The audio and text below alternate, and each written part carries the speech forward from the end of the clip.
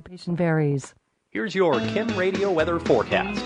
Mainly clear skies tonight with a low of 27. Winds out of the west around 5 miles an hour. Sunny skies and calm tomorrow. Highs level off around 46. Lows level off around 23. Tomorrow night, mainly clear.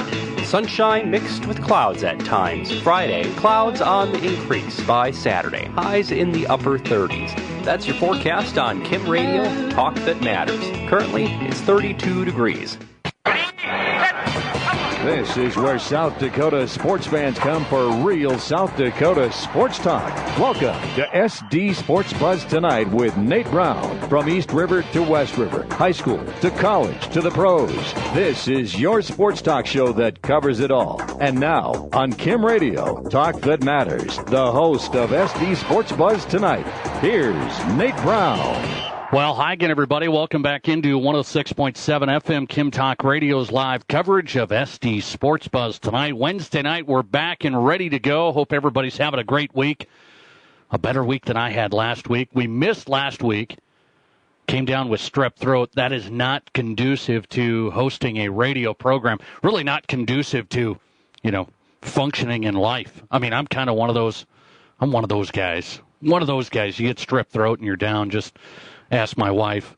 Battling back with penicillin and ready to go. Glad to be back, by the way. Busy show. Looking forward to it. It's an exciting time right now. We're over the midway point when it comes to basketball as we line things out. A lot of stuff to talk to when it comes to the high school level, college level, on the hoop side. Get in some football talk here today, especially out of the Denver ranks. Big news coming out of Denver, of course, most recently with their new head coach and the fallout from that whole thing. Denver Broncos fans will get you lined up with Ryan Edwards, who just got a brand new show with Mile High Sports Radio, covers the Denver Broncos extensively down in Denver. We'll talk to Ryan Edwards straight ahead. Let's give you the lineup and the breakdown of everyone else here on SD Sports Buzz tonight. Glad you're back and glad to have you a part of the program. Nate Brown here in the studio and also online streaming at sdsportsbuzz.com. A reminder there, if you can't listen to the whole program here on 106.7 FM Kim Talk Radio each Wednesday night, all the interviews from tonight's show podcast right there at sdsportsbuzz.com tomorrow. So all of the interviews archived. The podcast will be up. You can hear each coach. You can hear each feature from this show online tomorrow. And, of course, this show streaming live right now through our YouTube channel at sdsportsbuzz.com. The lineup locked and loaded looks like this. Tonight we'll talk to Jason Henry, head coach of the Hard Rocker men's basketball team. How about that matchup last night? Black Hill State, South Dakota Mines at the Civic Center Ice Arena. Great night for basketball, great venue. Really enjoyed it, and it was lopsided on both sides. The Hard Rocker women dominate by 19. The Hard Rocker men really dominated the whole game, ended up winning by 11. It was probably even worse than that. South Dakota Mines with a good night last night over the rival Black Hill State, and we'll talk to Hard Rocker men's coach Jason Henry. Also want to break down the high school scene throughout South Dakota with sports analyst and broadcaster Jason Andero with Midco Sports Network from Varsity Sports Live. If you have Mid-Continent, if you have Midco, that's a great, great channel. If you're a South Dakota sports fan, what's odds are you listen to this program, you are. They do a nice job, and we always appreciate Jason Andera coming on this program from Midco Sports Network. He's on tap. Into the high school coaching scene, a lot of the coaches you need to hear from on tonight. Chris Stabner, head coach of the Rapid City Stevens boys. The Raider boys are 7-2, right in the thick, which is what I expected. Really, you go back to the beginning of this basketball season, that's what I've said for a long time, that I expected the Raider boys to be really, really solid and an elite team in AA basketball, a contender. I said that at the beginning. You can go back, and it's really proving to be the case. They have two great guards who kind of start everything, and then a lot of great fill-in guys that do a lot of things well. Chris Stabner's doing a nice job, second-year head coach for the Raiders. He's on tap. Dave Hollenbeck and St. Thomas More boys are back at it. They lose a tough one to Madison over the weekend. Madison ranked number 1 in the latest broadcasters poll here in South Dakota. St. Thomas More boys losing by 10 to Madison in kind of a tough go. Only put up 36 points, did the Cavaliers. What's the story there? How do they bounce back? We'll talk to Dave Hollenbeck, as they essentially did bounce back last night. Coach Hollenbeck coming up. Colin McCampbell on the show tonight for the first time. Colin McCampbell's the head coach for the Sturgis boys. That's kind of the surprise story of this whole thing. The Sturgis boys are sitting there 7-1 this year. Their only loss coming to Rapid City Stevens, where they just didn't play well, did the Scoopers here this past weekend. And the Sturgis boys, nobody's really talking about them. They're barely even receiving votes, and nobody's discussing it. Colin McCampbell up the road, and Sturgis has a pretty nice team that can shoot it really well in a lot of games. When they catch fire, they are really dangerous, and they've shown that, beating some quality teams throughout the year. We'll talk to Colin McCampbell, the head coach of the Sturgis Scoopers, tonight here on SD Sports Buzz tonight. And first-year head coach, guy who came from college and now coach on the high school scene here in Rapid City, the Stevens Raider girls head coach, Michael Brooks, back on the show tonight. So the lineup is ready. I start the program with the opening buzz, and I want to get I want to explain something here for you. We've been going through this process, right? And I've talked on this show a lot about it over the past couple of years. The process of what are we going to do with the Rushmore Plaza Civic Center? It's been a long topic, a lot of meetings, a lot of task force discussions, a lot of politics in the middle of this whole thing, a vote that didn't go through. Now a reassessment, and the Civic Center Task Force is together, and they've been working through and taking public feedback and all the stuff that's been happening, but it really hasn't been in the limelight, so to speak, as of late. You've heard a little bit from the Civic Center Task Force, as these folks are doing a nice job and really looking at all ends of this, making sure that they're covering all aspects and trying to find a solution to what to do with the Rushmore Plaza Civic Center. It's an interesting scenario to me because there's a story that comes out of Sioux City, Iowa today, that the former mayor out there is very upset because he's on the sports commission, this commission that tries getting big sporting events to Sioux City, Iowa. He's upset about it because he's got the Tyson Event Center that they put together. They built this thing, I believe, in 2003, so it's not like it's a premier center like the T. Denny Sanford Premier Center in Sioux Falls, not like brand new, but they put it together in 2003. They host some things there, but he's been thinking we need bigger things there. We need things like Sioux Falls has been getting. And why do I mention that? That's what we're thinking here too, right? Through this whole process of the Civic Center. A lot of folks on one side of it say, and I'm one of those folks that say, man, we could do a lot more things here, right? We should be able to attract some pretty nice events here. The Black Hills, I'm not afraid to say, better than Sioux City, Iowa. Nothing against Sioux City, Iowa for the natives that are from there or have attachments there or whatever it is.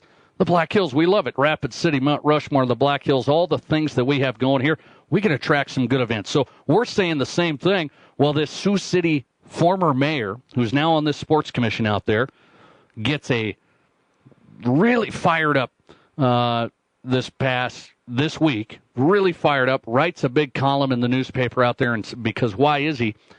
Sioux City, Iowa, who's been trying to get the Iowa Hawkeyes to play a Division I basketball game out of Iowa City and play basketball in Sioux City with all the Iowa fans in western Iowa. Well, come to find out what happened. Did you follow this? The Iowa Hawkeyes are now playing another game somewhere else in a different state right next door, the Sioux Falls Pentagon, with the support of T. Denny Sanford and all that has to come with it. They are now hosting Iowa against the Colorado Buffaloes, Division I college men's basketball game coming up this next December. So a long ways out. It's not this season. We're not talking this season, but all the way next season. They've already locked it in. And now the Sioux City, Iowa folks are going nuts, led by their former mayor saying, we have the Tyson Event Center. We have Iowa taxpayers that support the University of Iowa. We have all these things. We've been working on this for a long time, and they still lose it. So the moral of this story, as I start the program, we have to think things through here. You have to be aggressive. You have to have a nice facility. You really do, because the argument against the Tyson Event Center, well, it's not as nice. There's not as much happening. There's another big argument, by the way. Why did Sioux Falls get Iowa against Colorado? How did they get Iowa State against Colorado just a couple of years ago? How did they get Wisconsin and St. John's? This has kind of been a trend out there. They've had a big-time Division I college men's basketball game the last few years. How do they get this?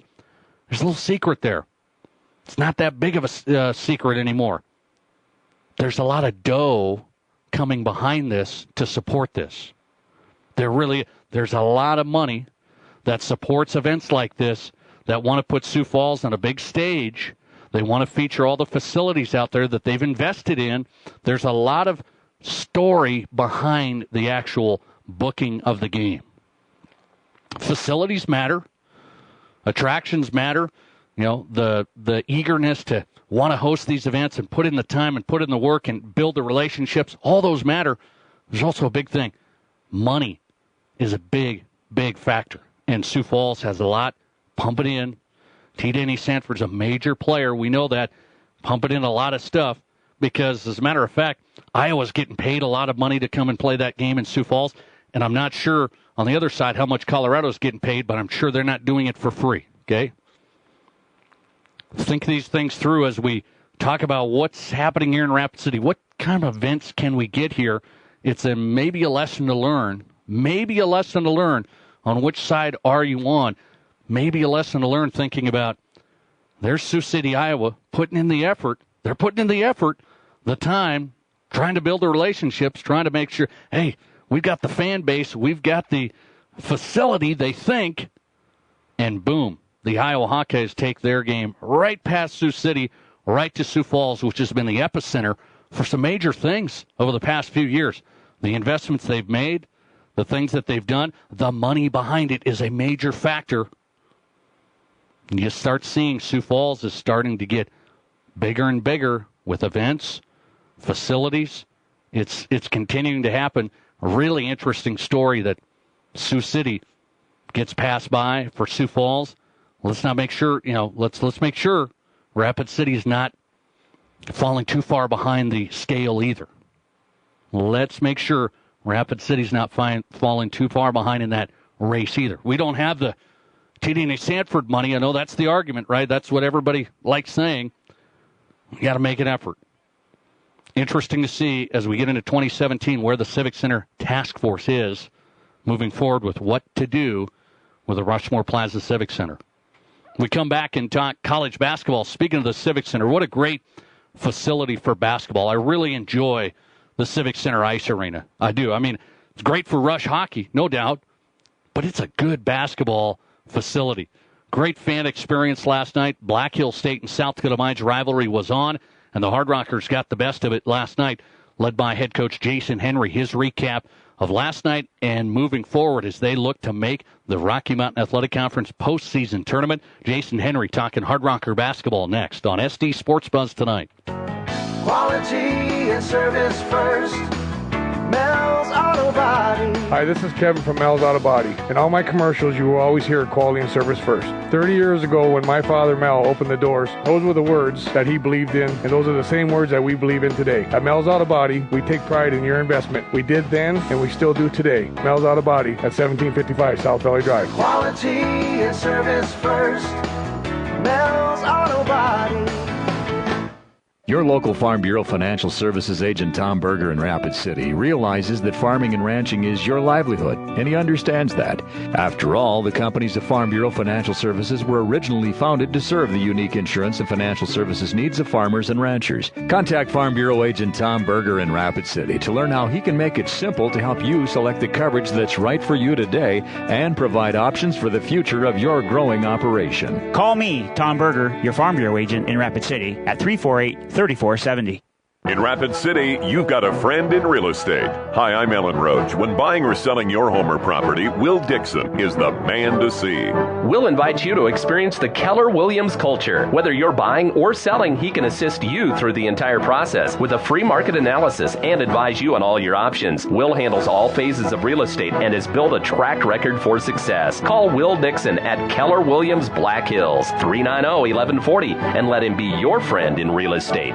Make the mountains your backyard. Make the lake your pool and the night sky your high-definition television. Stop by Dakota Discount RVs today and take a look at our wide variety of new and used fifth wheels, travel trailers, toy haulers, and more. We're sure you'll find something you love at a price you can afford. We take pride in our integrity and service long after the deal, so why pay more for good memories when you can buy with a comfortable, low-pressure, locally owned and operated RV dealer? At Dakota Discount RV, we can make your dreams come true at an affordable price. 3330 East Mall Drive, Rapid City. And we're back on SD Sports Buzz tonight. Glad you're here. As always, Wednesday night is South Dakota Sports Talk Night on 106.7 FM, Kim Talk Radio, and streaming online at sdsportsbuzz.com.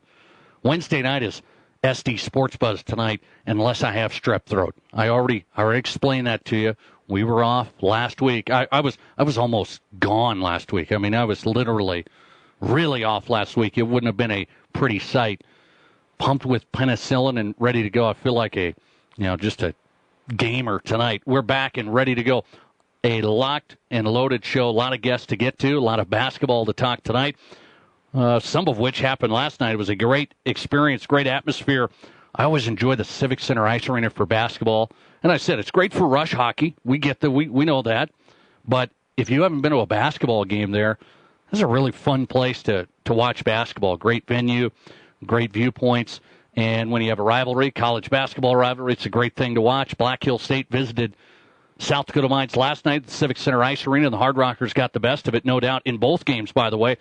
The Hard Rocker women win by 19, and then the South Dakota Mines men win by 11, but it was even bigger than that through most of the game. The Hard Rocker head coach on the men's side is Jason Henry. His guys are now 10-9.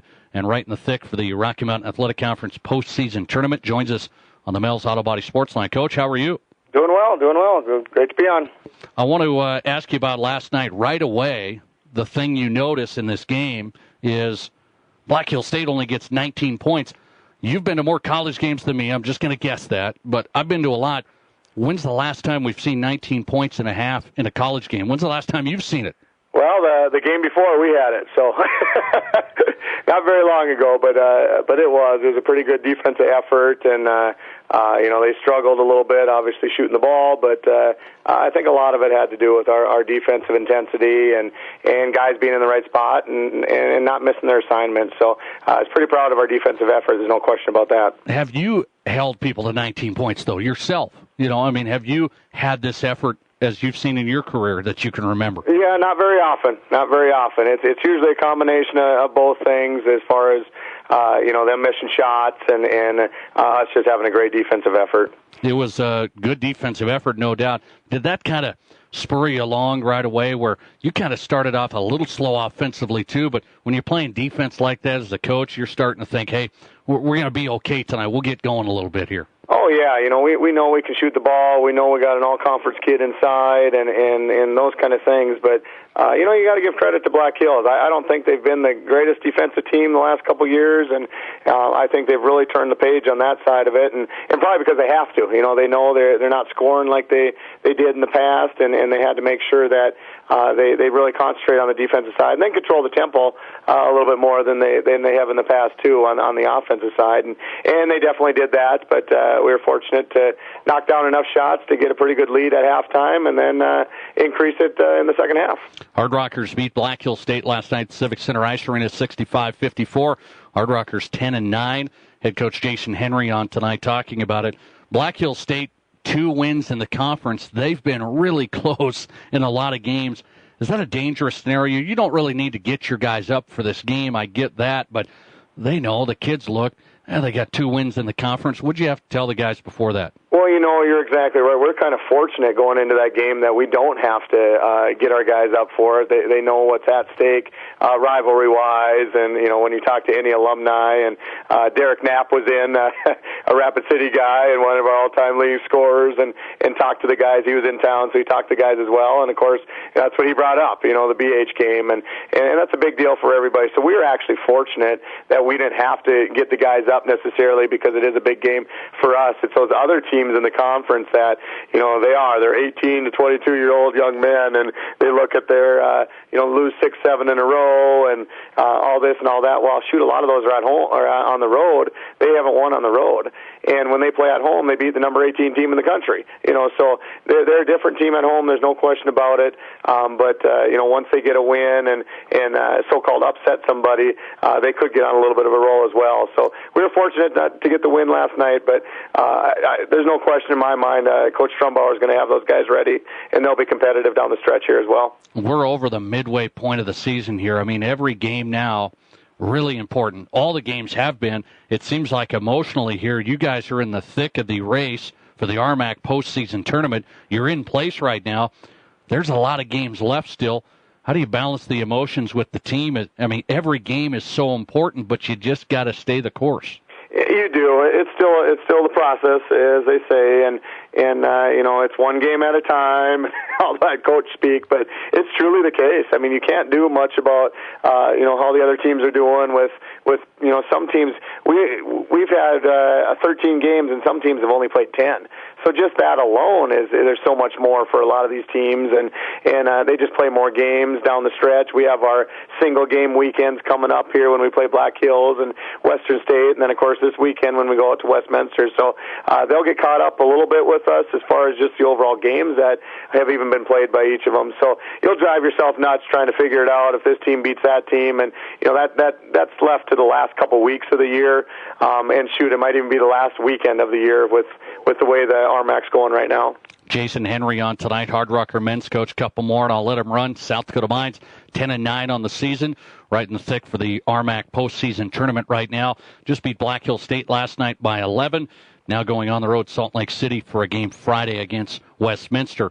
I look at this breakdown to tell the people how this team breaks down. 6 seniors, a lot of senior leadership, and then immediate impact players as true freshmen. You're playing quite a few true freshmen a lot of the time. Did you expect that right now? I didn't. I had a feeling that 2 of our guys would play a lot of minutes, and then we do have a redshirt freshman in Tristan Vanetta that I thought he would play some minutes. Just depending on the game, he's a big, strong, 6'10", 600 or 240-pound guy. So we knew there was a time and a place for him, and he's been the difference in a few of our games. There's no question about it. But a Jack Fiddler and a Jay Keith and a Logan Ehlers, they're not freshmen. I mean, it's just been incredible. I've never had 3 young men coming in and not making the freshman mistakes, and you just kind of have to look the other way and you chalk it up to guys being freshmen. And we haven't had to do that. They make mistakes that the seniors make, and the seniors make the same mistakes as the freshmen, just their basketball mistakes. So I've been pretty happy with their production and very surprised. I knew Jake was a big-time shooter. I knew Logan was he's going to be a phenomenal player in our program. He got injured to start the year, just starting to come around right now. But the biggest surprise is Jake Fiddler, and he's just an exceptional guy on the defensive side, able to shoot the ball, and he just plays with so much energy and a great motor that, he's kind of been the difference in our team right now as a true freshman. Some big-time freshman impact players, no doubt, to go with the senior leaders. How's the team dynamic? I mean, sometimes you have seniors. These guys have been in the program a long time. The Connor Koulis, the all-conference guys, been around the program a long time. Now they got brand-new freshmen. What's that dynamic been like off the court, too? Well, it's been great. Number one, they're super young men. They're great in the classroom and those kind of things, but they're easy to get along with. And our seniors, we challenged them too. We knew there was going to be an age difference, if anything. They're 23, 24 years old, a couple of them that have been going for 5 years and that kind of thing. So they challenge themselves, and I challenge them to make sure that everybody kind of sort of fits in. But the freshmen have done a great job to fit in just by their work ethic. I mean, how can't you like playing with a guy next to you that plays so hard for the team, so hard for you? And then the bottom line is they know they can help. If a guy steps up and makes 4 threes against Black Hill State, you're getting along pretty well with that guy, and that's what Jay Keith did for us. And they know we need everybody. It's a true team this year. The guys know they need everybody to get to where we want to get to, and some of it starts with even our red shirts. I've talked a lot about that the last couple of days. Is those guys have came in and just competed their brains out as far as the scout team, as far as every possession in practice, and it's definitely made us better. When you kind of get in that lull this time of year and you're trying to grind it out, and our red shirts come in and they play their butts off. You've seen a lot of the teams now in the Rocky Mountain Athletic Conference, most of them, as a matter of fact. give us your assessment here. You're 10-9 overall. You're right there in the conference to be in the tournament if it started tomorrow. Give us your assessment of, it seems as though this year's team, your team, can be right there with anybody here. Well, we have been. We're going to get it done. We're going to get in the tournament. There's just no question in my mind. Obviously, things got to fall our way a little bit, but most of it's us taking care of it. And I think our guys are poised and ready for that. And we've had some bumps in the road. There's no question about it against teams that we've had a chance to beat, whether it's a 1-point loss, losing a 15-point lead and losing it, whatever the case is. And you feel like you should have got those wins. But the bottom line is we've beat 3 of the top 4 teams as well. We lost last weekend to a very, very good Fort Lewis team, but we beat Colorado Mines, we beat Colorado Christian, and we beat Pueblo. Those are the legit big-time teams in the RMAC, and we beat them. So we know we can play with anybody, especially at home. But you know it is. Anybody can beat everybody, and it's truly the case this year in the RMAC. Yeah, no doubt. Makes it for a fun year. A little stressful, but makes for a fun year. Jason Henry, Hard Rocker head coach, meets Black Hill State last night. Once again, you've had a pretty good run against them. Hard Rockers 10-9 on the road this weekend, back at home next weekend. Thanks, Coach. Thanks. Great to be on, Nate. All right, Jason Henry tonight on the Mills Auto Body Sports Line. He's had a nice run against Black Hill State, a lot of success, and it was really dominating last night for the Hard Rockers over the Yellow Jackets at the Civic Center Ice Arena, and a great atmosphere for hoops. Next home game for South Dakota Mines is next Friday and Saturday as the Hard Rockers continue their run for the postseason. We come back and talk high school basketball. What is the real story here, especially on the boys' side? Now, I'm going to get into the girls' side, too, tonight. I think I know the answer. What the real story is, so much East River biased here. I mean, it's just unbelievable in South Dakota when it comes to evaluating high school players and teams and who's going to win. And I mean, I don't know if it's a leak over from football and the domination you see there over the years, but we still can't get any love out here. And I've been trumpeting the horn. Rapid City Stevens, namely on the boys' side, they're as good as anybody. Okay, I mean, I'll just throw that out there for you. They're as good as anybody. There's no question about it.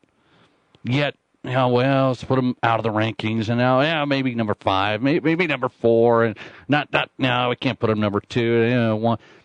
I don't get it. I really don't get it. Jason Andera could have the answer. Broadcaster, analyst with Midcoast Sports Network's Varsity Sports Live. We'll talk to Jason Andera live from Sioux Falls next. Your sports, your show. This is SD Sports Buzz Tonight with Nate Brown on Kim Radio. Talk that matters. Kick off the new year with a new truck from Rapid Chevrolet. Lots of new, used, and certified trucks to choose from starting as low as $6,983. This week's deals. This 2011 was traded from our customers in Faith, South Dakota. It has been well cared for, priced only at $12,983. This 2014 Silverado was traded from our customers in Piedmont, South Dakota. It's only a one-owner vehicle, priced only at $19,983. Your new road and new year starts here. Feel the difference at Rapid Chevrolet. I-90 exit 60 or shop, click, drive at rapidchevrolet.com. Dale's Tire and Retreading has been providing quality brands of tires and excellent service to the Black Hills area for over 50 years. Dale's Tires sells tires for cars, trucks, SUVs, agriculture, construction, and more. Dale's Tire has what you need when you need it and offers appointment times to get you in and out faster. See the experts at Dale's Tire and Retreading. 2 convenient locations in Rapid City, 691 Deadwood Avenue and 3200 Campbell Street. Dale's Tire and Retreading. The reason I go to Pro Auto Care is they're always good to me. They've been my mechanics for 6 years. I take it in on a regular basis for the oil changes, things like that. If they find something else wrong with it, they let you know, hey, you're going to need this done, or you might want to consider doing this. It's not you need this done now. It's usually you can plan for it. They are the best. Wouldn't trust anybody with my vehicles but Pro Auto Care. Pro Auto Care. Phone 342-0857, 1891 Rand Road, Rapid City. Getting you inside South Dakota sports. This is SD Sports Buzz Tonight with Nate Brown on Kim Radio. Talk that matters. Glad to be back and glad you're a part of the program. Wednesday night is SD Sports Buzz tonight here with Nate Brown on 106.7 FM, Kim Talk Radio, and online streaming on our YouTube channel at sdsportsbuzz.com. You can watch the live stream there wherever you may be. And also all of our interviews are podcast right there. All the coaches, all the newsmakers on this program, archived interviews posted at sdsportsbuzz.com every Thursday. We do the show Wednesday. The interview's posted Thursday for your listening convenience, and you can go and preview the weekend with all the coaches tonight and a big lineup still coming up. Guy we love having on, does a great job for Midcoast Sports Network, covering the football scene, covering the basketball scene on Varsity Sports Live. If you have Mid-Continent, that's a great channel, Midcoast Sports Network. Really a South Dakota production that is solid from all the way from the bottom to the top. Jason Andera has been a part of it. Jason Andera, Midcoast Sports Network from Sioux Falls, on tonight on the Mel's Auto Body Sports Line. How are you? Hey, doing well. Always good to be with you, Nate. I look at this high school basketball season, and we're kind of midway point essentially, and this is crunch time now where we kind of know more about teams, I feel like, and I had you on earlier at the beginning of the year, and I was trumpeting the horn out here that Rapid City Stevens on the boys' side especially, Rapid City Stevens is the real deal. I put them up there with anybody, and I still say that.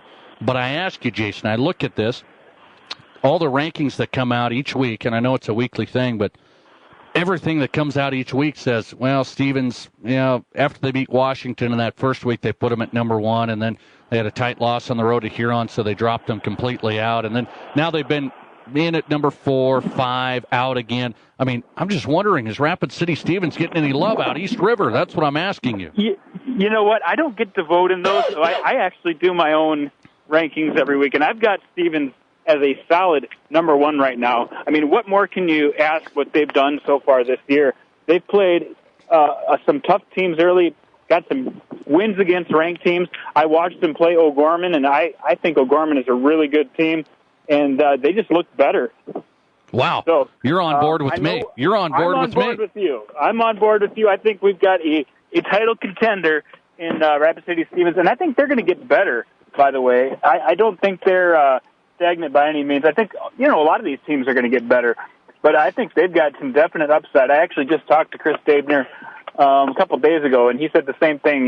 We've got some room to grow, and I agree with him.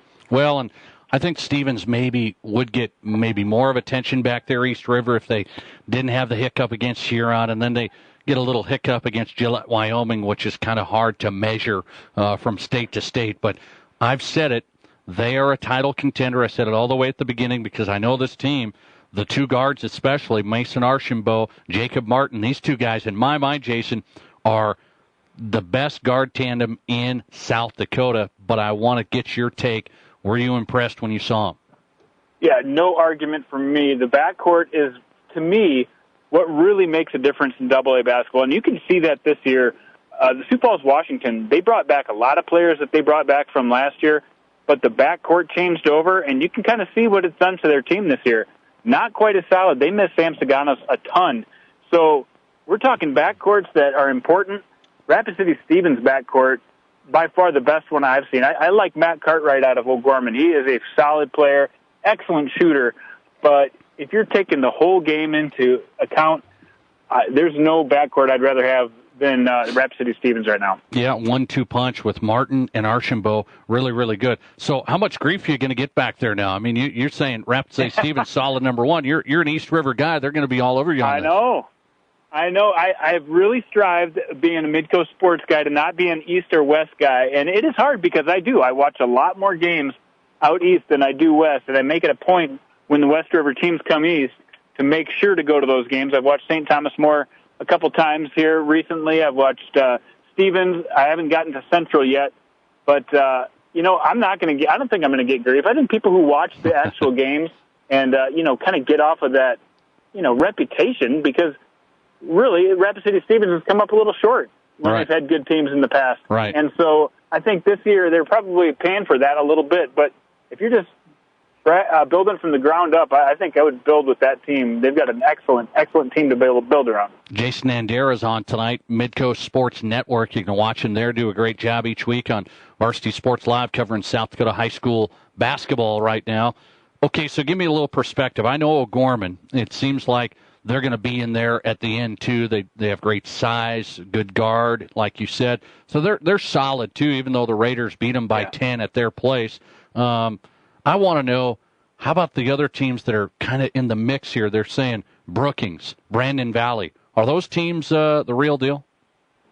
All right, this is where we got to do some deciphering here. We got to figure out which teams have kind of plateaued already and which teams are still on the climb up. And I think we talked about Brookings as being one of those teams who is still on that climb up. It's been fun to watch that team kind of as the years gone by. I've seen them, I think, 2 times now. And I'll tell you what, they've got some talent. They go across the board, can do a lot of different things. That Carlson kid is one of the best players in the state that they've got. So that's a team I would watch out for. And Huron is a team, once they get all their pieces together, don't count them out either. I think once Highland Hines is fully back on that team, they've got a sophomore who's doing a great job for them, and a ton of other playmakers, and, of course, the coaching of Tim Buttenhagen. I don't know if there's a better coach in the state than that guy. So I think those teams are teams to watch. Some of the other Sioux Falls teams, they could put it together, too. Washington is still trying to figure stuff out in their backcourt. Lincoln has some of the best athletes in the state. It's pretty wide open, but there's no dominant team that's going to kind of come out of that pack this year in AA. I really like Stevens and O'Gorman. Like I said, I think they're definitely a shelf above the rest of the group right now, but I like a lot of those teams, including, I said, Brookings, Huron, and then maybe a couple of teams coming out of that pack. Let's get into Class A really quick. You said you've seen St. Thomas More a couple of times. They've played back there, namely this past weekend. They lose by 10 in just a defensive struggle is what it looked like. Madison, St. Thomas More. Cavaliers only score 36 points. Sometimes they've had a tendency, they catch a quarter where they only score 2 or 4, and you just can't do it in games like that. So St. Thomas More loses, but in my opinion, they're still going to be right there again at the end. How do you see Class A? Because you see Madison, you see Vermilion, you even see some of these teams, Sioux Falls Christian, Sioux Valley. I mean, it seems pretty open there too.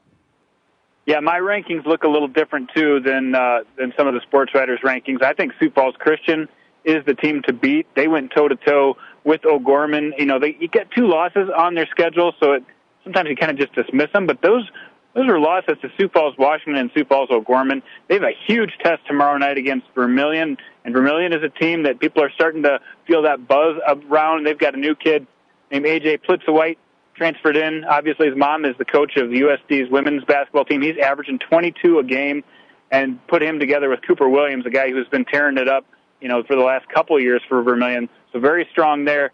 But all these teams have weaknesses, too. I mean, look at Madison. Madison, like you said, gave up just 36 points getting that win. They only allowed 3 offensive rebounds to St. Thomas More in that game. That just shows you the physicality and how they can come on defense and just shut teams down. But they haven't figured it out on offense yet. And then Sioux Valley, another team that people have pretty high on their list, that they might have the most talent of anybody in that entire class. But, again, they've kind of gone away a couple games. Trevor Hansen has kind of just disappeared a couple times, and when you got a 6'7", 6'8" guy in the middle that disappears, it's pretty tough to be consistent. So there's a ton of teams. I would not want to make a bet right now on who's going to win Class A, because I think there's 6-7 good teams that really have a legitimate shot right now. Well, and you like St. Thomas More. I mean, right? You bet. They've got a lot of great players back and still trying to fill maybe a couple of spots. They don't have a lot of depth, but there's some young guys stepping in there. I think St. Thomas More will be right in the thick.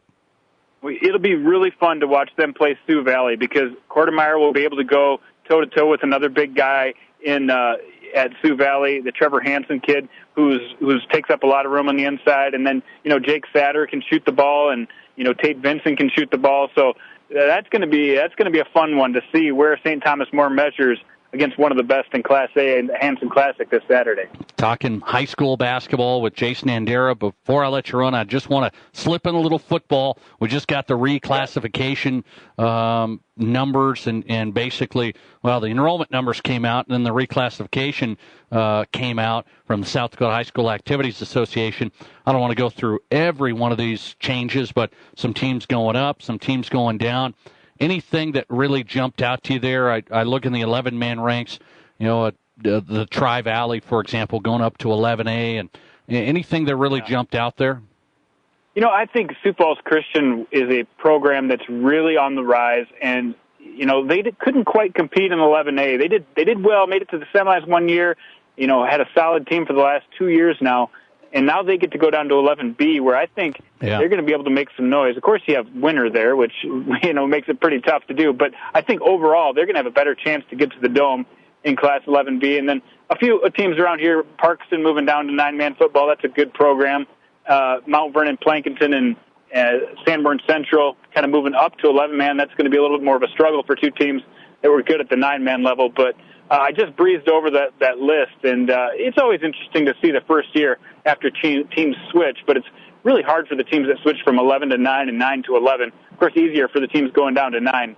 It takes them a year or so to get used to that. It will be interesting. I don't think there was any big fireworks there, but those were kind of a couple things I know. Sioux Falls Christian, as you said, going down to 11B, Tri-Valley going up to 11A. They've had a pretty good tradition over the years, and then a team we're familiar with out here, out in Fort Pierre, Stanley County, who used to be 11B. They've been 9-man a long time. They're going back to 11B. So it'd be interesting to see how this all plays out as the new numbers come out, classifications for high school football. Jason, do a nice job. Appreciate it. We'll talk to you again. Thanks. Hey, no problem, Nate. All right, Jason Andera tonight from Midco Sports Network's Varsity Sports Live. One of the best South Dakota sports broadcasters out there. Enjoy watching him on Midco Sports Network from Mid-Continent. We'll come back with the Stevens head boys coach. He's doing a nice job. They are right there. But what happened in a couple of games? That's basketball. That's what he's going to tell me. It's basketball. It happens. Chris Stabner, head coach of the Raider boys, next. Quality and service first. Mel's Auto Body. Get a drive-through estimate or come on in. We're right here under the big red M. Over 30 years, our family has put quality and service first. We take pride in making sure you're satisfied. Quality and service first. Mel's Auto Body. Insurance. We all need it to protect our homes, health, businesses, and belongings. But having adequate coverage is just the beginning. You also need the support of professionals who stand by your side to protect what's important to you. Fisher Rounds & Associates combines the coverage you want with the commitment you need. Fisher Rounds & Associates. At your service, at your side. With offices in Pierre, Mitchell, Watertown, Sioux Falls, and Rapid City. In Rapid City, you've got a friend in real estate. Hi, I'm Ellen Roach. When buying or selling your home or property, Will Dixon is the man to see. Will invites you to experience the Keller Williams culture. Whether you're buying or selling, he can assist you through the entire process with a free market analysis and advise you on all your options. Will handles all phases of real estate and has built a track record for success. Call Will Dixon at Keller Williams Black Hills, 390-1140, and let him be your friend in real estate. 2 p.m. this Monday, November 28th, McPherson Auction Company will conduct an internet online auction of the Peppers 401 Bar and Restaurant in Nisland, South Dakota. A turnkey bar and restaurant operation with nearly $150,000 in remodel and upgrades. Real estate includes 12 city lots, an entire city block, city beer and spirits license, on sale and off sale beer and liquor, full menu food. Open house to view Peppers 401 Bar and Restaurant from 1 till 3 p.m. this Sunday, November 27th. Auction starts to close at 2 p.m. this Monday, November 28th. Full auction details at McPhersonAuction.com. We're back on SD Sports Buzz tonight. It's Nate Brown, 106.7 FM Kim Talk Radio, and online at SDSportsBuzz.com. Live stream through our YouTube channel there. You can watch the program wherever you may be every Wednesday night, SD Sports Talk Night, and also the interviews from tonight's show archived at SDSportsBuzz.com. Tomorrow, so you miss anybody live tonight, The interviews archived in the podcast, all the coaches, all the breakdowns, all the previews of the upcoming weekend. All those interviews right there at sdsportsbuzz.com tomorrow. Still coming up, we'll talk Denver Broncos with Broncos insider Ryan Edwards with Mile High Sports Radio from Denver. Broncos hire a new head coach. We have to get into that with Ryan Edwards straight ahead live from Denver. Also, Sturgis head boys coach Colin McCampbell on tonight. Sturgis boys really not getting anybody's attention. You know, they've only lost one game. They lost it badly to Stevens, but I think they're in the mix. Colin McCampbell coming up, head coach of the Scoopers, and Dave Hollenbeck on tap tonight. The St. Thomas More boys head coaches. Their schedule doesn't get any easier. They lose to Madison by 10 this past week, and now they have Sioux Valley coming up. A lot of competitive basketball in Class A for the Cavaliers, who made the state championship last year and just got second. Dave Hollenbeck and his guys back for more, and Coach Hollenbeck straight ahead. Team that I've been high on, been talking about these guys from the start. Great guard tandem, great play all the way around. The 7-2 Rapid City Stevens Raider boys under head coach Chris Stabner, who's back on the show on the Mel's Auto Body Sports Line. Coach, how are you?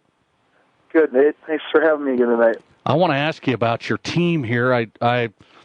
You guys play so well. You had some quality victories. I've been the one guy out here, West River, saying, why don't the Raiders get more love here? It seems like you're up and down in the rankings, which you don't care about, but I'm just trying to say, I don't know if it's the reputation. I don't know what the story is, but everyone's saying, well, Stevens is pretty good, I guess, but I'm telling you, win at O'Gorman, beat Sioux Falls, Washington. You know, you've got some great win, blowout of Sturgis, who was undefeated. But a couple of hiccups, Huron on the road, tough one, and then you lose to Gillette just now, which is tough to measure because we don't see them a lot. How about this last one, for example, against Gillette? What happened there? Well, you know, Gillette's always is a tough place to play. They play really well there, and year in, year out, they have a pretty good program.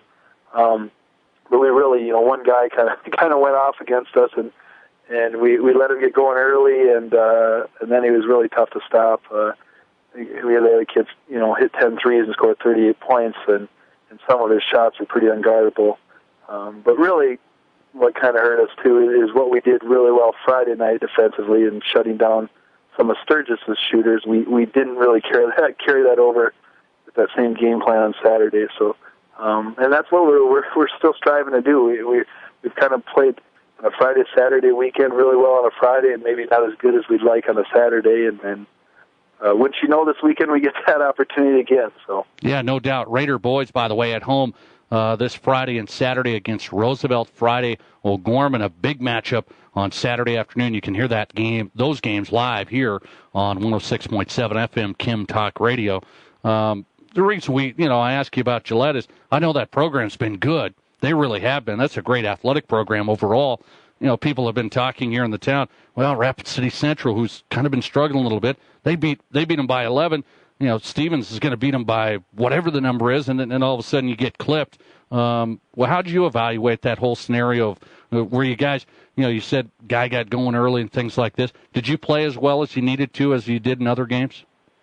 Well, I think, physically we competed, but and something we've struggled with, you know, in both our losses, just mentally. I don't think we brought our A game, and, you know, in order for us to reach our ultimate goal, we've got to be able to do that night in and night out, bring it both physically and mentally. And I'd say that's kind of where probably we lost the game. I thought our effort was good, but maybe mentally we weren't always where we needed to be, and maybe didn't follow the game plan like we had talked about. But again, you know, they had one individual really, carry them, unfortunately. So it just made it a tough night for us all around. Raiders just lost by 2, by the way, to Gillette, so the world's not falling apart for Raider fans. It's not falling apart. Beat Sturgis the night before. You mentioned it a little bit. Sturgis was undefeated. You beat them by 25, really came out strong defensively. They couldn't shoot well. They had a tough time. What was your take on the Sturgis team? Yeah, and I think we had, we did play well. I think we had some factors in our favor. Sturgis, I think that was our third game in 4 nights. We hadn't played a home game for what seemed like forever, not since our first game of the year. So we had some energy, and And defensively, we were really good, and I think we just kind of got after them from the start. But I expect next time we play them, it's going to be a dogfight, because they have some really good players, some really good shooters. We just happen to be really good that night. How about Douglas? You look at that matchup last night. Douglas is a team that a lot of people don't know. They can fill it up pretty good. They like get up and down, spreading the ball around, taking a lot of perimeter shots. But that seemed like that fit your style a little bit last night. You went it by almost 30. Well, yeah, at times. I mean, we first quarter was very competitive. We had a very good second quarter where we held them to one shot and were able to take some good shots. We shot a real high percentage the first half. Second half we came out same way, but then we kind of let them back in it because one of our kind of Achilles the last two games is turnovers. I think we had 20 last night, and a lot of those turnovers last night led to easy points for Douglas because they are scrappy and they fought back, so credit to them. But then we were kind of able to buckle down and kind of extend that lead towards the end. Chris Stabner on tonight, head coach of the Rapid City Stevens boys. They're 7-2. They're at home on Friday and Saturday this weekend over at Carroll Higher Gymnasium. Getting set to take on Roosevelt Friday. O'Gorman with the big matchup Saturday afternoon. Does this team, Coach, I mean, you're kind of a laid-back guy. You do a nice job, a lot of great experience in playing and coaching. Does this team have an instinct that do you think this team thinks, hey, we're a state championship team. We shouldn't lose. Does this team have that instinct here that we're one of the teams right now? Well, we talk about that.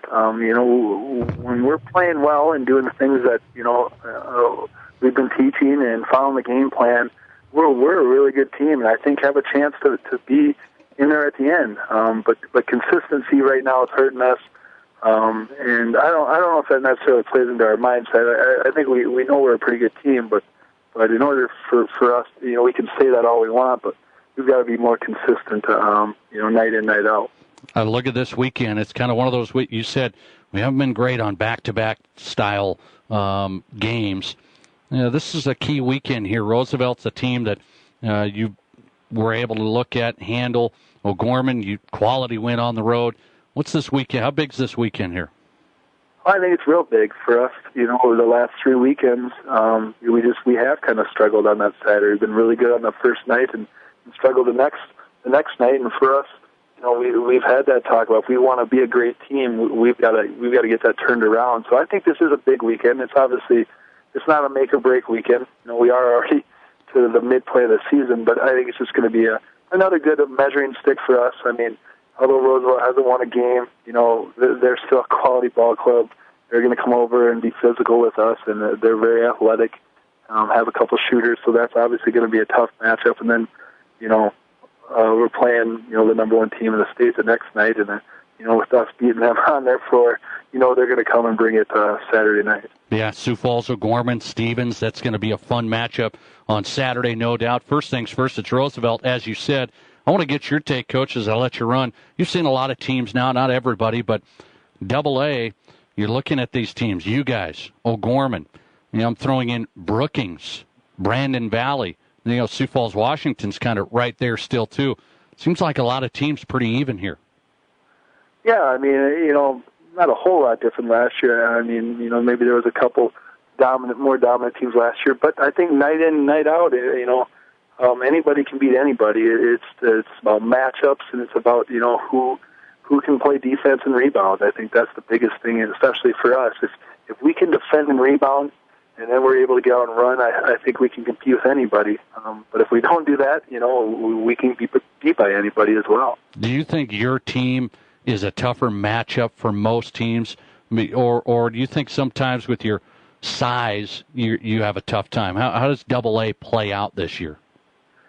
Well, I think, obviously it'll always be nice to have size, but we have some very good guard play, which, I think at the end of the day, that's kind of what carries you. You can kind of make up for some of the lack of size by doubling the post, those types of things.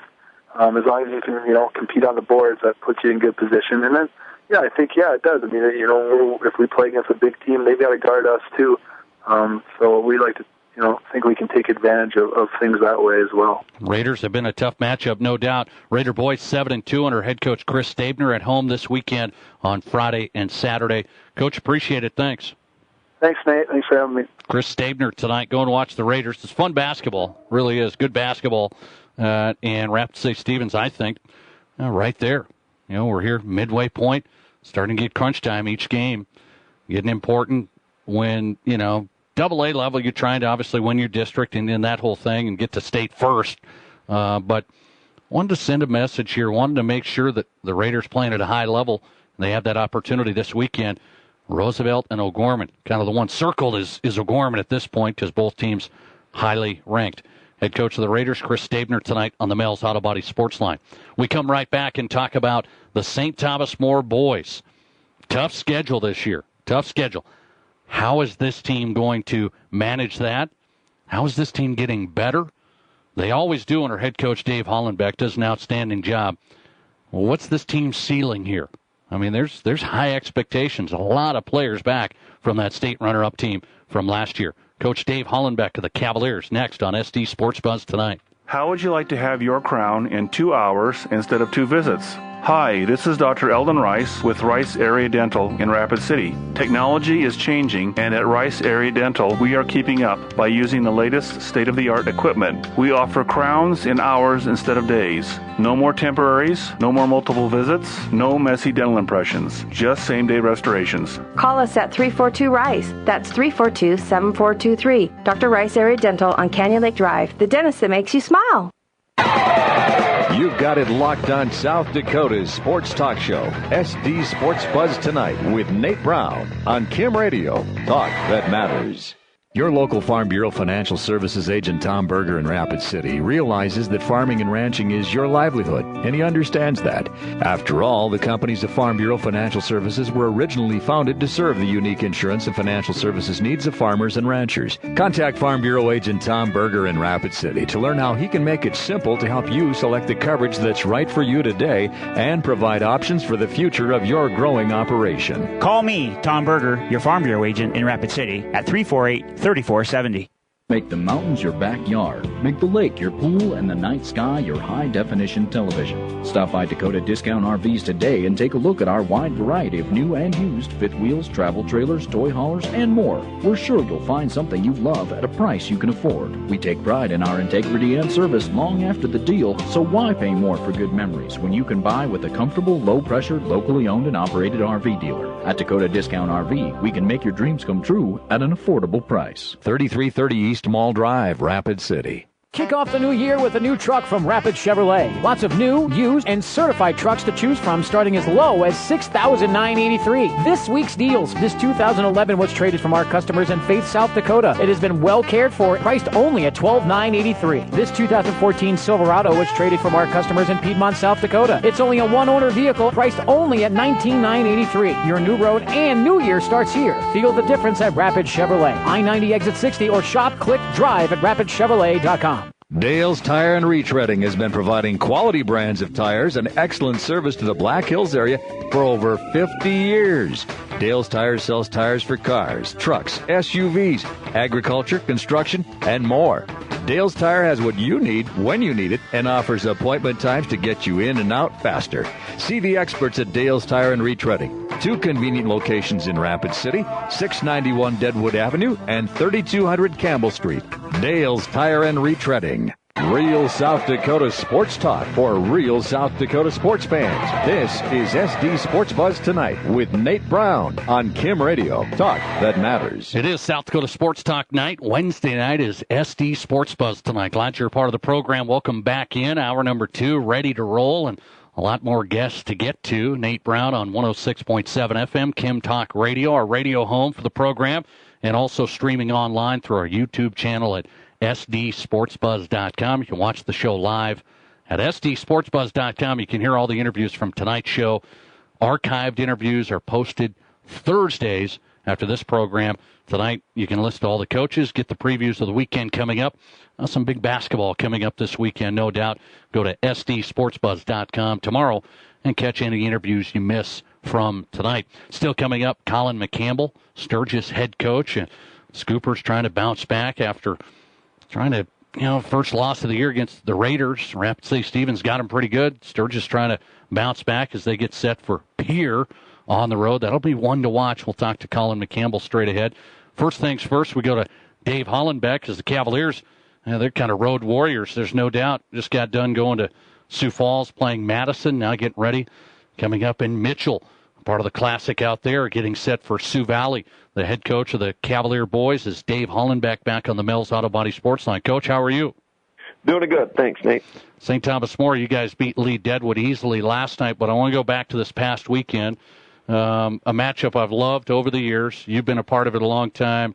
I've covered a lot of these games. Always fun, whether it's at a state tournament, whether it's at a Classic, whatever it may be. Madison St. Thomas More is a lot of fun. It was a grinder, at least it seems that way, 46-36. You guys lose it by 10. Does that game to you, Coach, feel like a rivalry over the years? Does that have a different feel going into that this past weekend? Well, I think with our coaching staff, we understand the rivalry there, but we've got some guys that don't quite understand the rivalry, and hopefully by the end of the year, we get another shot at them, and maybe they'll understand it a little better, but we just didn't come to play. When you look at it, I've seen some games here. Alliance, Nebraska, you win it by 5. It was a defensive effort that kept you in the game. You score 38 points. It was kind of a slow-down game. You get 36 against Madison. Is this on a strategy level? You're just taking what the game gives you. You're not scoring a lot of points. You're going to try and play defense, or is there some problems at times on offense?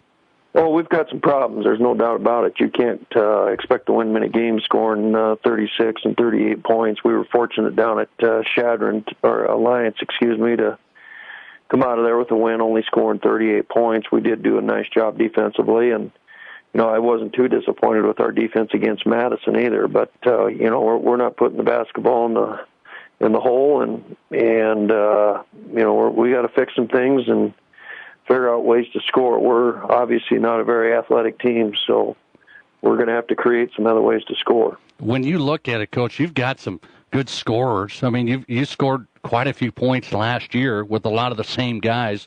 What are you seeing? Are teams trying to take away stuff? What are you seeing? Yeah, they're coming out and guarding us and doing a nice job defensively against us. And like I said, we don't have the quickest feet to rip the basketball and blow by somebody and get to the rim. That's one thing we're lacking. So we have to figure out other ways to score, and there's nothing wrong with that, but you got to figure it out and get some.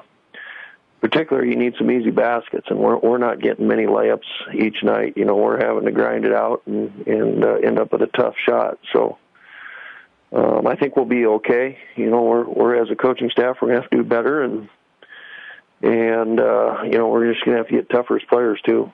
Dave Hollenbeck on tonight. St. Thomas More's right in the thick. They've got a big weekend matchup this weekend in Mitchell against Sioux Valley. We'll talk about that. I want to get your feeling on Madison as a team. What did you think of Madison from their athleticism? Not a lot of maybe basketball guys, just a lot of really good, quick athletes. Yeah, they're very strong, athletic. There's a good reason why they won the state football championship. I mean, they're guys. They're in the weight room. Their PE classes are weights. They're lifting, they're doing things, and they've developed some strong athletes, and you got to give them credit for that. But I don't want to sell them short on the basketball side of things. The Fagan kid is going to be a big time player, and they got a couple other guys that are good shooters and can handle the basketball. So it doesn't get much. They're a nice team. It doesn't get much easier this weekend. I look at talk about some players. You got, you have some college players on your team, right, too, but you're running into some college players in Sioux Valley. Talk about this matchup this weekend.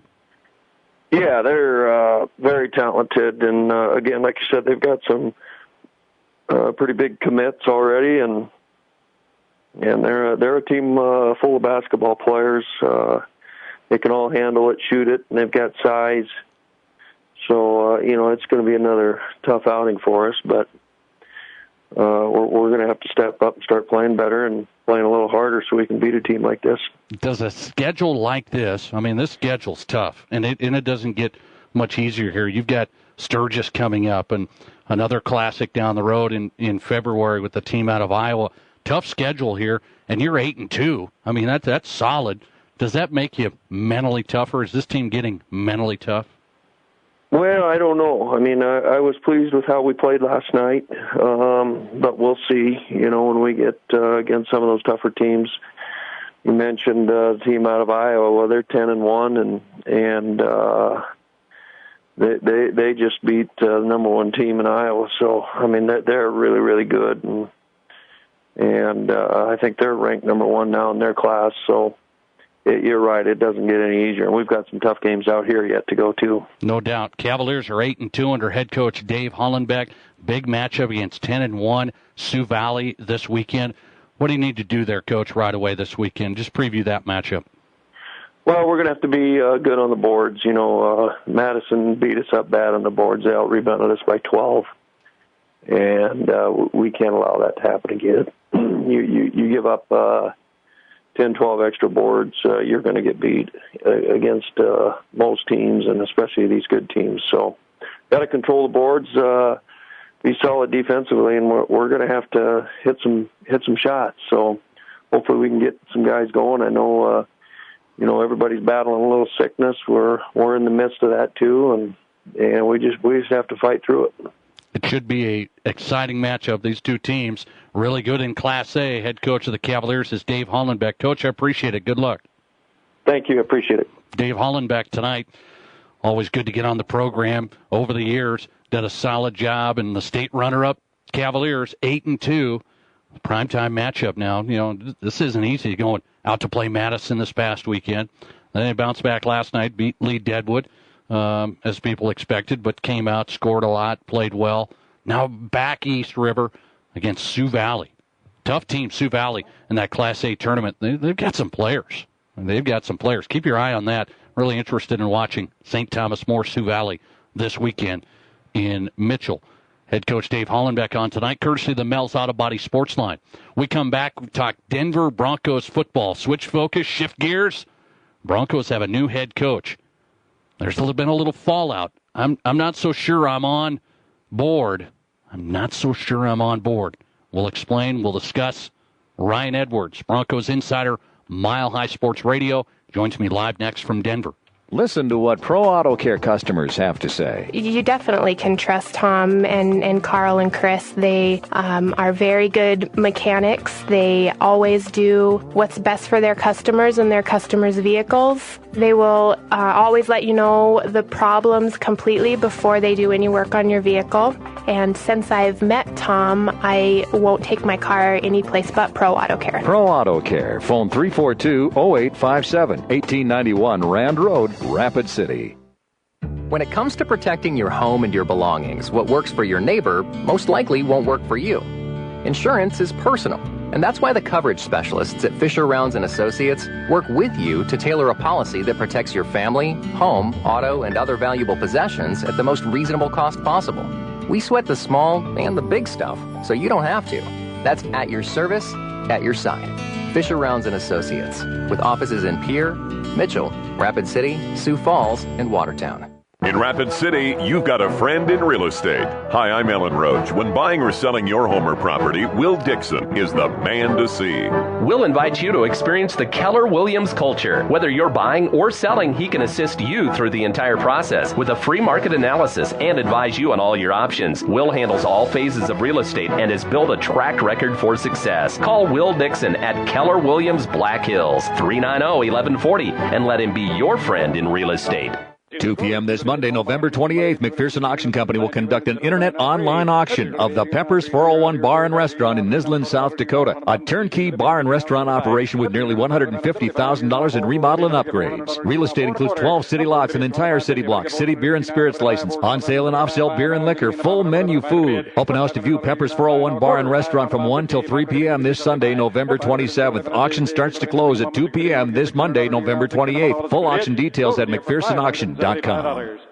How would you like to have your crown in 2 hours instead of 2 visits? Hi, this is Dr. Eldon Rice with Rice Area Dental in Rapid City. Technology is changing, and at Rice Area Dental, we are keeping up by using the latest state-of-the-art equipment. We offer crowns in hours instead of days. No more temporaries, no more multiple visits, no messy dental impressions, just same-day restorations. Call us at 342-RICE. That's 342-7423. Dr. Rice Area Dental on Canyon Lake Drive, the dentist that makes you smile. Welcome back, SD Sports Buzz tonight. Wow, I was shocked. I was still trying to, keep track of that auction that was on there from November. Got to get that fixed, guys. Got to get it fixed. By the way, welcome back, SD Sports Buzz tonight. South Dakota's live and local sports talk radio program, 106.7 FM Kim Talk Radio, and online streaming in HD. Yes, at sdsportsbuzz.com. By the way, all the interviews, all the guests from tonight, on sdsportsbuzz.com, archived podcast tomorrow. So if you miss anybody live, a reminder, go to sdsportsbuzz.com tomorrow. We're with it tonight. I mean, we are absolutely with it. I was out strep throat last week. I mean, it was dicey. It was really, really dicey. I mean, just as far as my existence for a long time, it really was. But coming back strong with penicillin, it really helps you out. It doesn't make me feel, quite as dead as last week. It was dicey, folks, but we're back and ready to go. Glad you're a part of the program. Coming up, college coach turned high school coach Michael Brooks right here in Rapid City Stevens. We will talk to him straight ahead. We promoted this tonight. We got to talk Denver Broncos situation here, and a guy I really enjoyed talking about it with is Ryan Edwards, who you can catch his show, Bronco fans, Denver fans, Mile High Sports. He's on 9 to 11, Monday through Friday in the morning. It's perfect. You settle into work and you just bring it up. Mile High Sports Radio's Ryan Edwards down in Denver, live tonight on the Mel's Auto Body Sports Line. Ryan, how are you? I'm doing great. Thanks for having me on again, Nate. Appreciate it. I want to talk about the Broncos situation, and I've told the listeners here, and I've discussed this with a lot of folks here over the past week. I'm just not so sure, and I try not to be a Broncos homer too much. I mean, but just not so sure I'm on board with this whole scenario. I know we're getting reports here that Aqib Talib's really excited about Joe Woods being the D coordinator, and this kind of fallout here. And here's where I'm saying, Ryan, you can give me your take. Here's why I'm not solely on board here. Is we go with a head coach. You have to do that. Gary Kubiak's done, so you have to get a new head coach, and they go with Vance Joseph. And I don't know the whole thought behind it, and you can expand on that, but they go with Vance Joseph, and that means then things kind of go this way. Wade Phillips gone, and Joe Woods in. Mike McCoy's in as offensive coordinator, and I mean, things are really shaken up here, and I think it was shaken up from that standpoint. It seemed like things got really shaken up because of the hire of Vance Joseph, just that direction. Is that right, or was this all going to happen anyway? Well, a lot of this was going to happen anyways, and, it depends, I guess, a little bit on whether you trust John Elway's word that it was up to the head coach. The fact is, though, if John Elway and the Broncos wanted to retain Wade Phillips, they just would have made that part of the deal. Whoever became the new head coach would have accepted Wade Phillips. It would have been hard for most of us to imagine that either Kyle Shanahan or Vance Joseph, the two frontrunners, or even if you want to throw Dave Tobin there, the special teams coordinator from Kansas City, who also interviewed for the job, even if you want to throw him in there, it's hard to imagine any one of those coaching candidates would have had a problem with Wade Phillips, considering how good this defense has been for the last 2 years. Look, Wade Phillips wanted a lot more money, and he wanted that money after he won the Super Bowl. He had 1 year remaining on his contract. They couldn't come to an agreement, so he played out this last year. They missed the playoffs, not necessarily because of anything Wade did, but as a result of that, at the end of the year, his contract is up. He became a free agent. And so, you know that the market itself is going to be out there for him. I mean, he went to Los Angeles, joins the Rams. That's a good deal for him. He's going to get paid really good money. But for the Broncos, it was really kind of a situation that, hey, look, he wanted that kind of money. John Elway, he tends to draw these lines in the sand. He did in this case. And ultimately, that's where they left things. It's a little bit, again, you go back to John and the way he runs things, it's a bit of that kind of, gamble, that calculation. It's the same thing he did at the quarterback position this year. Yeah. Taking that kind of, and the thing about it is sometimes it's going to work, and obviously in some cases, like it did this last year, it doesn't work out. So I guess we'll end up finding out. But they really do love Joe Woods. Joe Woods, the defensive backs coach, and I'm in the locker room a lot. He's obvious. The defensive backs, I mean, in that group, they're the most vocal. They are, Aqib Talib especially, and it's a group that really does charge things there in the locker room, and I think they got the right guy with Joe Woods. Very interesting. I just wonder what your take is on Wade Phillips. How important, I mean, I know it's, like you said, it's a calculated gamble. Do you go with more money? Is Wade Phillips that important to this? I think it seems like he's just done an outstanding job. So I just wonder what your take is on it. Is Wade Phillips that important? He really is. He's very, very talented. He's always been a good coordinator. As a head coach, he actually does have a good record, even if he calls himself a lousy head coach. He actually has a pretty good record. But they didn't want to lose Joe Woods. Look, there was an NFC team reportedly was calling on Joe Woods and wanted to interview him. They knew the value of that, and they didn't want to lose him. And this happens a lot. I mean, even Vance Joseph of the Cincinnati Bengals, there's the same situation when the Broncos wanted to interview him for a D.C. job here 2 years ago. They declined because they had the option to do that. Now, of course, when his contract ran up, he ended up joining Adam Gase out in Miami.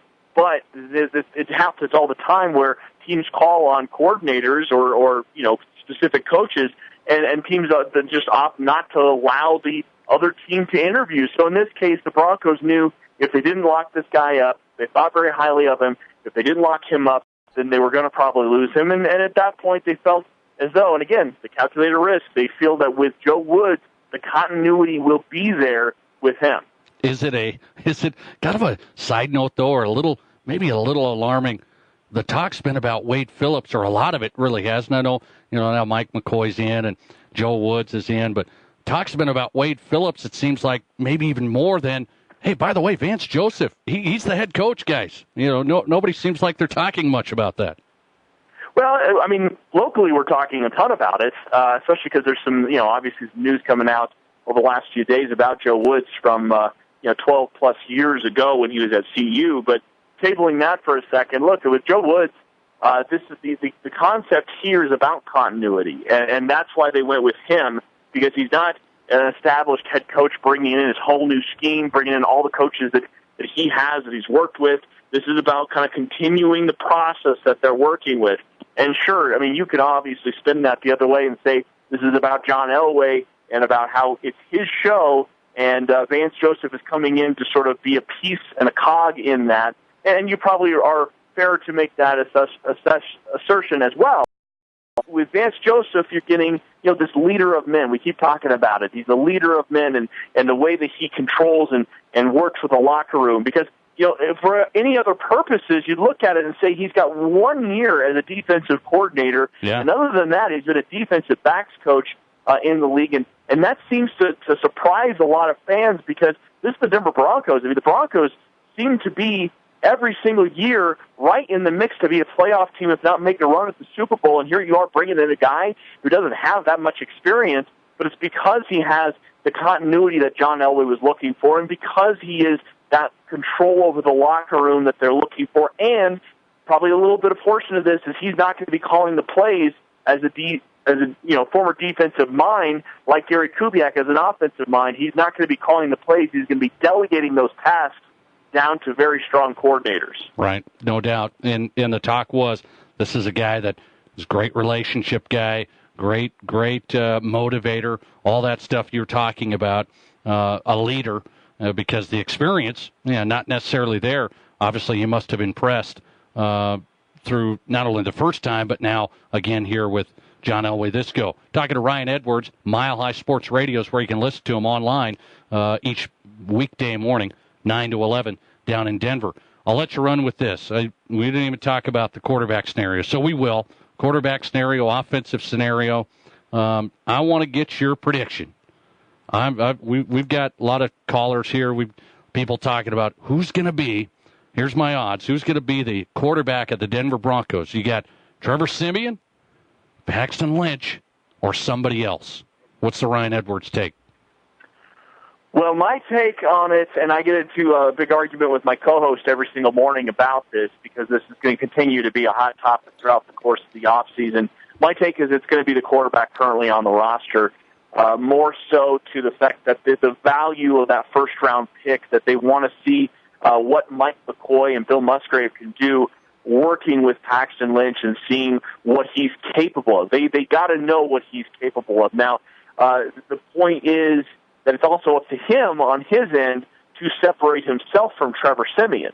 You know, that's the thing, is if you're a first-round quarterback, this should be a no contest versus a seventh-round quarterback at a Northwestern. But the fact is, if the season started today, and I know we all hate that cliche, but if the season started today, Trevor Siemian's atop the depth chart just because he's that far ahead of Paxton Lynch as far as his understanding of not this playbook, it's a new playbook, but at least his understanding of playing in the NFL, taking those live reps.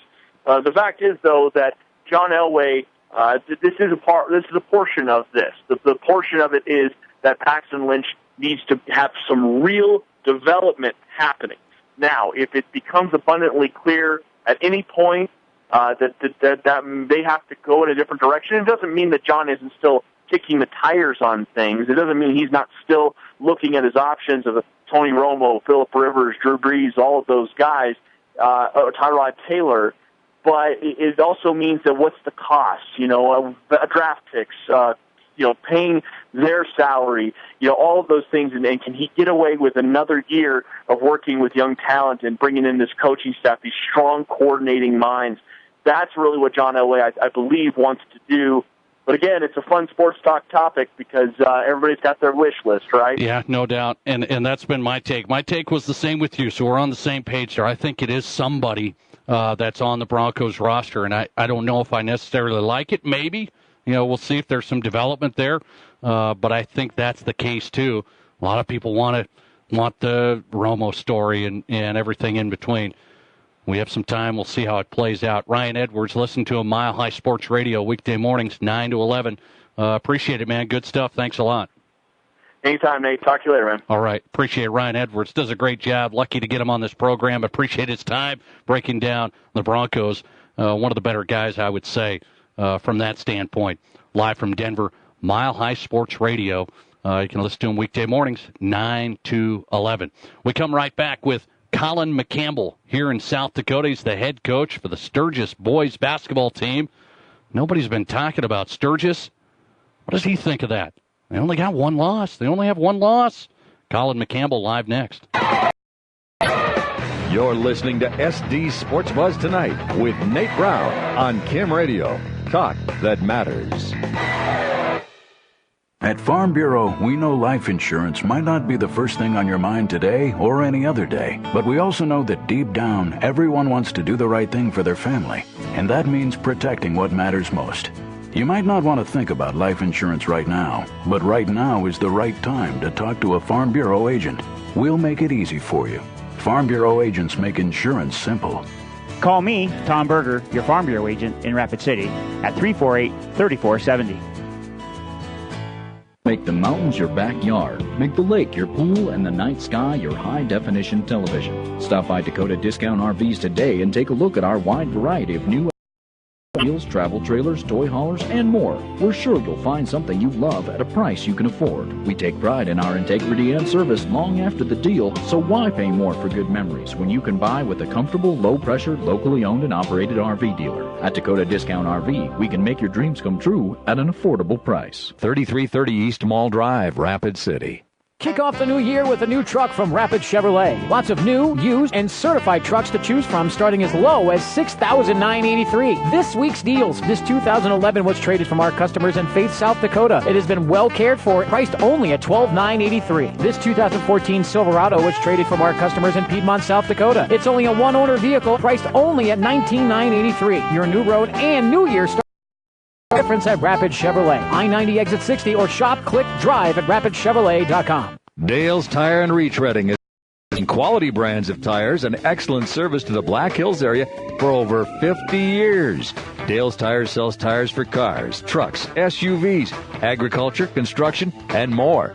Dale's Tire has what you need when you need it and offers appointment times to get you in and out faster. See the experts at Dale's Tire and Retreading. 2 convenient locations in Rapid City, 691 Deadwood Avenue and 3200 Campbell Street. Dale's Tire and Retreading. Welcome back. South Dakota Sports Talk Show, live and local here on 106.7 FM Kim Talk Radio and online at sdsportsbuzz.com. Glad you're a part of the show. Nate Brown in the studio and a locked and loaded lineup tonight. Been rolling through it. Remember, if you miss any guests live tonight on this show, go to sdsportsbuzz.com. All the interviews archived and posted right there in perpetuity. I mean, you can just hear these guys as long as you want to hear them. Whatever they say is locked in for the rest of time. Not necessarily, but it is locked in for a while. We archive the interviews. They're posted right there, so you can get your preview of basketball from all the major coaches and newsmakers we have on this show. Go to sdsportsbuzz.com tomorrow for those interviews. A guy we haven't talked to yet does a nice job. I should say this year. We've talked to him over the years. Doing a nice job in Sturgis, the Scooper boys basketball program, right in the mix. And I don't know if a lot of people really putting Sturgis in that mix. I've been putting them in the mix. Just look at it, 7-1. They just suffered their first loss to Rapid City Stevens. The head coach of the Sturgis boys is Colin McCampbell on the Mel's Auto Body Sports Line. Coach, how are you? I'm doing well. And yourself? I'm doing good. I want to get your take right away just from a mental side here, just from, outside looking in. I know coaches don't necessarily get caught up in things. You don't care about it. That's the right answer. But about 7-0, quality wins. You win Rapid City Central, 19. You win at Aberdeen Central's been a team right in the mix. Tough loss against Stevens lately, but you guys right away are 7-0, and nobody's really putting you in the mix. I mean, what's your take when people are kind of discounting Sturgis? That's what it seems like. Well, kind of exactly like you said. We're not worried about that. We know we've got to get better. I thought we played well at times against Central last Thursday. I thought we really came out in the second half and made some good adjustments. And obviously it helps when you have some kids that can shoot. And we've got 3 kids that can really shoot in Ryan Garland and Dawson Geike and Connor Crane. And then that at the beginning of the year, that was a big win. But, at the end of the day, we are still worried about we got to get good enough to beat, Stevens put the smackdown on us on Friday, and we got to try to get to that level. And, we know Stevens is one of the best teams in the state, and we know, we got to get to that level. And, Central, when they get when they get Caleb Walden-Blandon back, we know they're going to be at that level too. And Douglas is good. So we're just worried about improving ourselves every day, and we've really struggled with some sickness. Basically, since the weekend, we haven't had a full crew together since then. And but you know what? Just like all the coaches say, it really doesn't matter. At the end of the day, no matter what our seeding is, when we get to the district time, we're going to go and play them. That's where we want to be our best. Sturgis having a nice year, 7-1. Just suffered their first loss to Rapid City Stevens. Head coach of the Sturgis boys is Colin McCampbell. Joins us live tonight on the Mel's Auto Body Sports Line. Talking about your program. Did you expect? I mean, coaches have a feel for if we're going to be good, if we're going to be competitive, things of that nature. What did you expect going into the year? I really thought we had some kids that were going to be good. We really were, to be quite honest, last year not very good at the start of the year. First time we played Central, they beat us by 41. Kind of the stretch we're in right now, actually. They beat us by 41, Stevens beat us by 30, and then Pierce smacked us. Basically in what's tomorrow night. And, that kind of opened our eyes, and it showed these kids what they got to do to get better. I think we're a little ahead of pace offensively from where we thought we would be at this point, outside of the game at Stevens, who can really defend, and obviously they were a big part of that. But outside of that game, we've been scoring 70 points a game, and so offensively I think we're ahead of where we are. And even defense, or where I thought we would be, and defensively, I think we're even ahead of where we are. But we just got to be a little bit tougher, a little bit more disciplined from time to time. And we got to, grow up a little bit in the fact that when we went to Stevens, they shut down our offense, and that really affected our defense. And that's kind of, what a team that's still trying to get up the mountaintop, or is climbing and learning how to do it is. sometimes they let the offense affect the defense, and we can't let that happen. But overall, I thought we would be competitive. We've got a group of kids that have shown they can make plays in a big game. And, I like this group, and I've always thought this group has the chance to be, really good.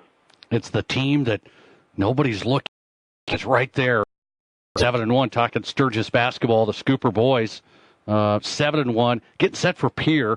This is kind of a test, Coach. I mean, I look at this game tomorrow night. I say a test because Pierre, tough place to play. I've broadcast a lot of games there. It really is. Kind of a neat atmosphere, but tough place to play. They play well there. It's a Thursday. You got to go out there. What's the test like tomorrow? Well, it's kind of, on film, with the way Huddle is anymore, or the way the film exchange is everybody's got film on everybody, and it's just a team that's basically the opposite of us. So it's going to be interesting. It's going to be whoever's style can play out. They're a little bit, I would say, better than us inside, at least based on what I've seen. They're more physical. They've got a kid that can score 20 from the low block, and we've got, a lot of kids that can shoot it, and we try to spread it out and play that way. So it's kind of going to be how whoever's style can win out. And I'm interested to see because I like going over and seeing how we're going to compete against a team that doesn't play the way we play. And, because kind of even Aberdeen, even though they've got the big kid inside who's really good, Bergen, they're kind of a get up and down the court and spread it out. And, they're not getting to a lot of 35-second shot clock situations, whereas they're going to try to probably, control the pace more. And we've got to be able to win games like that because, that's part of it. No matter what, when it comes to March and it's time to win the games that actually matter, you've got to be able to play a couple different paces. So we're excited to go see if we can match their physicality and match their, inside game. And if not, we're going to come and try to get better. I'll tell you what, Pierre, the prototypical ESD, you said it, they've done it for a long time. They try and get it inside. They try and slow it down. They try and grind it. It'll be interesting. Sturgis wants to get going a little bit, wants to at Pierre tomorrow. Head coach of the Scooper boys has them at 7-1. Keep your eye on that game tomorrow night. Head coach of the Scoopers, Colin McCampbell. Appreciate the time, Coach. Good luck. Thanks. Thanks for having me on. You have a good evening. All right, Colin McCampbell tonight on the Mel's Auto Body Sports Line. Head coach up in Sturgis. Keep your eye on the Scooper boys. I'm telling you. I am telling you. I know it was a big crowd, good atmosphere when they played Stevens here. And, that was their, I want to say, what was it, third game in 4 days, I think. So it was kind of maybe one of those things to keep in mind on that. They didn't start well. Stevens played well defensively. And so keep your eye on Sturgis. I'm telling you. It goes on. The Scoopers right now, 7-1. Appreciate Coach McCampbell on the program tonight. We come right back and talk to Michael Brooks. He's the head coach for the Rapid City Stevens girls. College coach turned high school coach. How's the adjustment going? He's Michael Brooks with his take live next. In Rapid City, you've got a friend in real estate. Hi, I'm Ellen Roach. When buying or selling your home or property, Will Dixon is... And they're focused, and we've got great senior leadership, and it's allowing our young kids to, develop and, really buy into the culture that we presented, and now they're making it their own. Personally, when you look at it from your assessment, Coach, what do you think of high school girls basketball at AA level in South Dakota here through the first snapshot? I mean, the basketball here is great, even not even at the AA level, but even, at the A level as well. You look at another team here, in our city, and, you look at the Drew Guyton over at STM. Great coach in Candleman. We've got such great basketball on all levels. And, it was good to see them get tested the other night and, actually going over to East River and, seeing how those teams play and how physical they are and, really going over to, in Wyoming and seeing, that brand of basketball as well. I've been schooled pretty quickly now on South Dakota basketball. And, I got to tell you, it's fun as heck. It's physical. Great coaches. There's great skill level, and I'm really looking forward to continuing to grow this team so we can compete with all of them. Michael Brooks, head coach of the Stevens girls, on tonight. Stevens 5-1 as the season really gets cranking. And they have home games this weekend. Roosevelt O'Gorman coming up at Carroll Higher Gymnasium. He joins us on the Mel's Auto Body Sports Line. Last time I had you on, Coach, we talked about going from college to high school and, coming here to South Dakota, even though you were, had some familiarity with it. Now I ask you, just as the season's gotten going, have you adjusted? Because last time you were saying, it's going to be an adjustment. College is basketball all the time. High school, there's going to be a lot of basketball, especially in season, but a little bit of balance here. How are you adjusting from that standpoint? I think my staff has helped me adjust the most. Keeping it fresh for these kids. Allowing us to, watch film and focus on some things, but really just focus on ourselves. And I think that's been probably the most enjoyable part for me, is that you spend so much time diagramming what stops certain people, so much of your time, sitting at a computer screen, that it's been real nice to spend most of my time on the court and, not a lot of time in front of the computer screen, just a little, so I know what's going on. But then, as a coach at this level, you can tell your kids, we're going to see, certain things. We're going to see an odd front zone, an even front zone, a full court version of it, a half court version. So then we really get to educate them on, what to expect from, basketball. So really that's been fun, is to now be the teacher and not just the coach at the Division I level. I wanted to get your take. You talk about your senior leadership, very important, some impact players there. Now young players too. Making an impact. Did you expect this? You hear from people and you say, hey, we have this player and we have that player. They're going to be really, really good. Are the expectations where you thought they would be here with some of these young players? I think the expectations kind of were exceeded as well. You don't expect, we have a great freshman that's come in and played big minutes. And, I knew, from summertime of going, I was able to get to a camp and see how certain people played. So I knew that there were some big expectations, and I knew that there were some people who really believed that some of our young kids could make some impact. But it's been wonderful to see that take hold. When you get to this level, when the lights turn on and you're in big moments, you never know how people will respond. But it's been I would say my staff and I have been overjoyed with the preparation, with the maturity that our young kids have shown, and how they we're really able to take what they do on their travel teams and really institute that and the way that they play into our high school team. So we were very lucky to be able to have some great coaches coaching at some of the younger levels for this opportunity. Evans is on a streak right now. You guys putting the things together.